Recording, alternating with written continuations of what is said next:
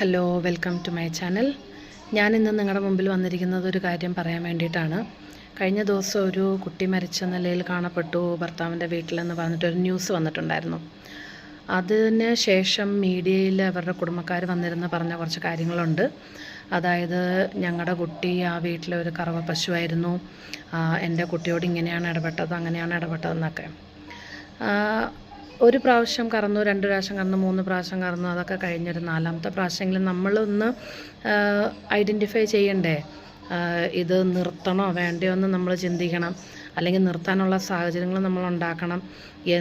എന്ത് രീതിയിലാണ് ആ കുട്ടി അവിടെ നിൽക്കുന്നതെന്നൊന്ന് അറിയാൻ താല്പര്യപ്പെടുകയും വിളിക്കുകയും ഒക്കെ ചെയ്യണ്ടേ.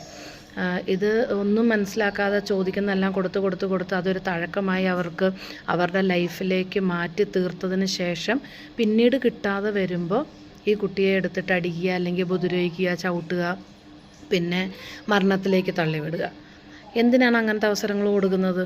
ഒരു പ്രാവശ്യം കൊടുത്തു, 2 പ്രാവശ്യമായി, 3 പ്രാവശ്യമായി കഴിയുമ്പോൾ ഗ്രാജുവലി അങ്ങ് നിർത്തണം. എന്തുകൊണ്ടാണ് നിർത്താത്തതെന്നറിയാം നമ്മുടെ നാട്ടിലെ അച്ഛനമ്മമാർ? അയ്യോ, ആൾക്കാരെന്ത് വിചാരിക്കും, അവരെന്ത് പറയും, ഇവരെന്ത് പറയും എന്നൊക്കെ ചിന്തിച്ചിട്ടാണ് നമ്മളുടെ കൂട്ടത്തിലുള്ള മിക്ക മാതാപിതാക്കളും മക്കളുടെ കാര്യത്തിലൊരു തീരുമാനം എടുക്കാത്തതും തിരിച്ചു കൊണ്ടുവരാത്തതും.